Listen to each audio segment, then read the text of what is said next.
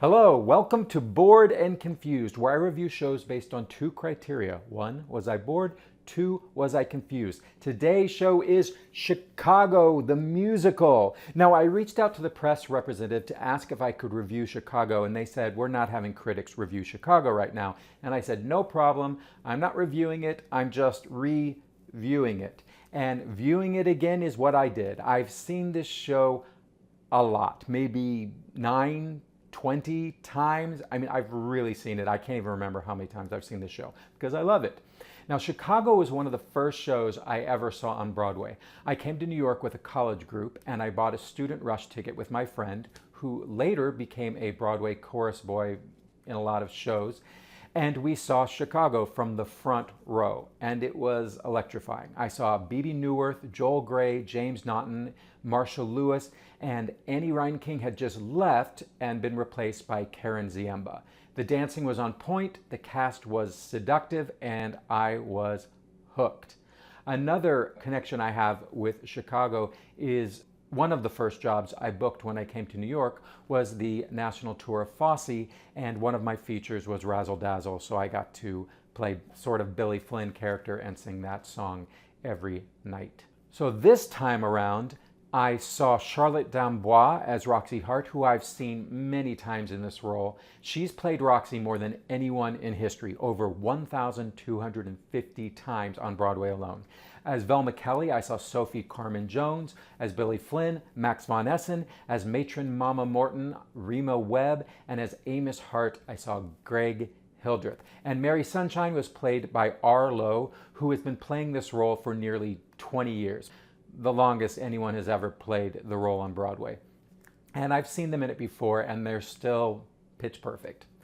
So the fact that Chicago has performers like Charlotte and Arlo returning again and again, and they're able to keep discovering new things in these roles, says a lot about the strength of the material they're performing. So why does Chicago work so well? Well, this production of Chicago actually began as a kind of book-in-hand concert reading that they did for City Center Encores, which would take lesser-known shows, and they pick 3 at a time, and they do each one for about a week, and they'd only rehearse for 2 weeks. It was kind of minimal staging, and one of the signatures of Encore is that they're trying to feature the music, so the band is always on stage. It was such a huge, unexpected hit that they decided to move it to Broadway, and they opened it in the Shubert Theater, which is one of the larger theaters on Broadway. And it played there for many years, a huge hit, and then it moved to the smaller Ambassador Theater, which is actually a playhouse. It's not really intended for musicals, but because Chicago has the band on stage, it works quite well in the Ambassador Theater. It also helps that the Ambassador Theater is a smaller house. That is something that has helped this show to just keep running, because they don't have to sell out the Majestic like they did with Phantom of the Opera. So my guess is, even though Chicago may hopefully pass up Phantom of the Opera as the longest running show in history, I don't think it'll ever make as much money as Phantom, because that was just a huger house. But then on the other hand, the running costs are less. So I don't know. I'd be really curious to see the numbers of how much money Chicago's able to take in net profits. The reason this sleek, spare, and seductive piece works so well is that this show is so theatrical. It doesn't rely on fancy sets or lots of costume changes. There's just 13 musicians and 13 actors and a bunch of great songs and really sexy choreography in the style of Bob Fosse. It's really what theater is all about. Live performers creating something thrilling every night. And unlike musicals that are on a click track and are automated, like I'm looking at you, Phantom, Chicago really gives its performers a lot of freedom. And you can feel that in the cell block tango, in Roxie's monologues, and the energy of the orchestra as they follow the performers rather than the other way around. It's not a train. The actors are driving the car in this show, which is also why the length of this show can vary by as much as 10 to 15 minutes depending on who is in it. Let's talk about the writing. It is perfection. Kander and Ebb give us songs full of subtext and wit. And one of the reasons Chicago works so well is because of its biting satire and its cynical tone. But that also makes the sincere moments, which there are a few, it makes them really stand out. For example, when Roxie shows a flash of vulnerability or Amos reveals his longing to be noticed, those moments actually hit with some emotion because they are surrounded by so much irony and sarcasm. Now, this show is not sentimental. I don't think anything Bob Fosse did was ever sentimental. And as you know, I don't love sentiment, but a little sentiment does sneak into the show. So let's talk about the score, starting with the overture, which is a song called Looping the Loop. It's a song that was cut from the show, and the instrumental became the overture. And here are some of the lyrics. This is actually a perfect audition song for Velma or for Roxie, because you'll surprise the folks behind the table. They probably don't know that this song actually has lyrics to it. Let's talk about the opening number of Chicago, All That Jazz, one of the greatest opening numbers of all time. It immediately immerses us in the show's style and the world of vaudeville, sex, spectacle, cynicism. It's dazzling and it's dark and it sets up the tone perfectly. It also introduces Velma Kelly to us. She's brash, she's in control, and she's selling it every second. Next, we go into a song for Roxie Hart called Funny Honey. And Chicago does something really unusual in that it doesn't give our lead character Roxie Hart an I Am, I Want song at the beginning of the show like most musicals do. Instead, we get a song called Funny Honey, which tells us about Roxie's relationship with her husband, Amos. And it starts as a love song, but it then turns into a song about betrayal. And it has subtext layered with irony. Roxie is singing about her love for Amos only because he's lying to protect her. And when he turns on her, the song twists as well. So we get all this character development inside this musical number. We start in one emotional place and we land in a completely different place. We go from A to B, which is what a good theater song should do. Now, Roxie doesn't really get her I Am, I Want song till much later in the first act, but we'll get to that in a second. So the third song in the show is the Cell Block Tango, another banger. And this gives our lead Velma Kelly and 5 supporting characters their opportunity to tell us who they are. Within this song are these monologues where they talk about how they murdered their husband. And it reveals both the backstory, but it's also humorous. And it works really well because this is a time when women were suppressed for so many years, and they're finally finding their strength in the 1920s. And this song has subtext, innuendo, irony, all built into it. And the structure of the beginning with the pop, squish, six, into the chorus and then into the monologues. You know, I bet this song inspired the opening song for the musical Six, about the wives of Henry V. Next, we meet matron Mama Morton, and she sings When You're Good to Mama. It's a sly declaration of transactional ethics. Mama Morton really lays it on thick, and if you do something for her, she's going to return the favor. But what I love about this song is, again, there's subtext. Every line is a sexual entendre. We get this strong lesbian energy from this song. Mama Morton is funny, she's bawdy, she's commanding, and we know exactly who she is. Next, we are introduced to Billy Flynn in the song All I Care About, and he sings about only caring for love. Again, subtext, we know that that's a lie. He's a lawyer. He doesn't care about love, he cares about money.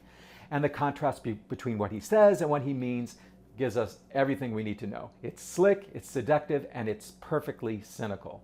Next, we meet Mary Sunshine. You see, it's interesting because each of these songs is introducing the characters, but the songs are so distinct and so good and have so much subtext that they really work. And they give each one of these great performers a chance to really shine. And in a little bit of good, we are introduced to the character of Mary Sunshine, and it gives us a nice contrast to everything that's occurred previously because she's singing operatically in her head voice. And it's an ironic song, but it's all about how everyone is good. So again, the subtext it's so funny, it's so smart. Finally, we've introduced all these characters and we get into a song that really moves the plot forward. And that's when Billy Flynn sings We Both Reach for the Gun. And in this song, Roxie becomes a ventriloquist dummy. And the concept behind Chicago is that we're seeing a lot of staples of a vaudeville show. You've got a ventriloquist number, you've got a tap dance, you've got a burlesque number, you've got a sad clown number with Mr. Cellophane. And spoiler alert, you've also got a female impersonator number in this show. And all these songs are performed directly to the audience, like we are seeing a vaudeville show that is telling us the story of Roxie Hart. Now, finally, we get to the 8th song, which is the song Roxie. This is actually Roxie's I Am, I Want song, which they intelligently saved to later in the first act, because when we first meet Roxie, she's just murdered someone. We're not in a place where we can really hear about what her hopes and dreams are. And in this song, we fall in love with this crazy lady. We see Roxie's vision of her vaudeville number with a whole bunch of boys. And it's really hard not to climb on board the Roxie train and start rooting for her to get exactly what she wants, as terrible a person as she may be. Now, I could go through the entire score like this and tell you why I love each one of these songs so much and why they're so smart. But suffice it to say, these are all great songs. Every one of the songs is packed with character, innuendo, and contrast. They move us from point A to point B, and that's what makes this score so theatrical. Nothing is on the nose. Probably the weakest song in the score is I Know a Girl, the opening song to Act 2. But I think this is a song that could be cut because it's by design. When you come back from intermission, people aren't really focused on the show, so you need a song to bring them back into the story. So I Know a Girl basically repeats a lot of the things we've already seen in the first act. We catch up where Roxie is. We answer some questions like how she and Billy Finn convinced the medical examiner to say that Roxie's pregnant. And you could skip this song and you wouldn't miss anything, but that's really by design. Okay, let's talk about the performances. Charlotte Dambois continues to be a knockout Roxie. She's funny, she's sharp, and she's fully in control. She owns this role, and you can feel the confidence of someone who's played it over 1,000 times, but is still finding new things to do, and she's having a great time doing it. Greg Hildreth is great fit as Amos, the sad sap who tugs at the heartstrings while still being quite funny. Rima Webb brings power and a great edge to Mama Morton. Arlo is, as always, stellar as Mary Sunshine. The cast overall is strong. That said, Chicago is the kind of show that's so well built that it can survive even if one or two performers aren't quite hitting the mark. And there's almost always one or two ensemble members whose casting feels a little suspect. Maybe they're not as strong vocally or don't quite have the energy or the magnetism that the rest of the ensemble brings. And because the ensemble is on stage the entire time, you notice. We see you, especially in the group numbers, like all that jazz. You got to stay in it. I'll forgive you if you're sitting over there in the dark watching the show, but when you're on stage performing, you got to be on every second, even if you're not the focus of attention, because our eyes wander and we look at everyone. But when the core of the show, of the actors in the show, is strong as it is here, everyone's elevated, and the casting overall reflects the show's unique strength, is that it allows for variety. Which is why stunt casting works so well with Chicago. It's one of the rare shows where stunt casting is actually kind of a bonus. The script and the score are so tight that they can support a wide range of performances. Roxie, in particular, is a wannabe. She doesn't need to be the best singer or dancer. That's the character. As long as there are enough strong cast members anchoring the production, the whole show continues to sing and slink along. And the stunt casting actually fits perfectly with the show's themes. Chicago is all about someone with no real talent, but a lot of fame becoming a star. So casting a performer who might not be the strongest dancer or singer as Roxie adds kind of a layer of irony that complements the satire. It's kind of a meta commentary. The show's very structure mocks celebrity culture, so stunt casting becomes part of the joke, and it works really brilliantly. The material really does so much of the heavy lifting in this show. So, should you see Chicago again or for the 20th time? Yes, always yes. Because it's different every time. That's what I love about this show, and I think that's why people keep coming back to it. The show is tight, it's fun, and with veterans like Charlotte Dambois, Rima Webb, Greg Hildreth, Arlo, bringing their experience to the stage, you're seeing pros just having fun. And if they throw in some stunt casting, it's great to go see the stunt casting. It's always a good time. Chicago to me is perfect or near perfect musical. It's minimalist and it's maximalist at the same time. It's slick, it's satirical, it's fantastic. And it's kind of made to just evolve over time. What it's talking about is really always something that's present, especially even more so right now. I mean, look what's going on politics, the celebrity that get power. This show will always be relevant. And I think that's why it just continues to do so well on Broadway. So tell me which long-running show I should review next. The Lion King, Wicked, and I'll see if I can score a press ticket for it. All right, thank you for watching Bored and Confused. I know I really went off on this show, but I love it so much. Go check out Chicago, and the movie's great too. So, all right, see you on the next one. Don't bore me, don't confuse me. If you do, then you'll lose me. Don't wanna drift away, wanna stay inside the play. Keep me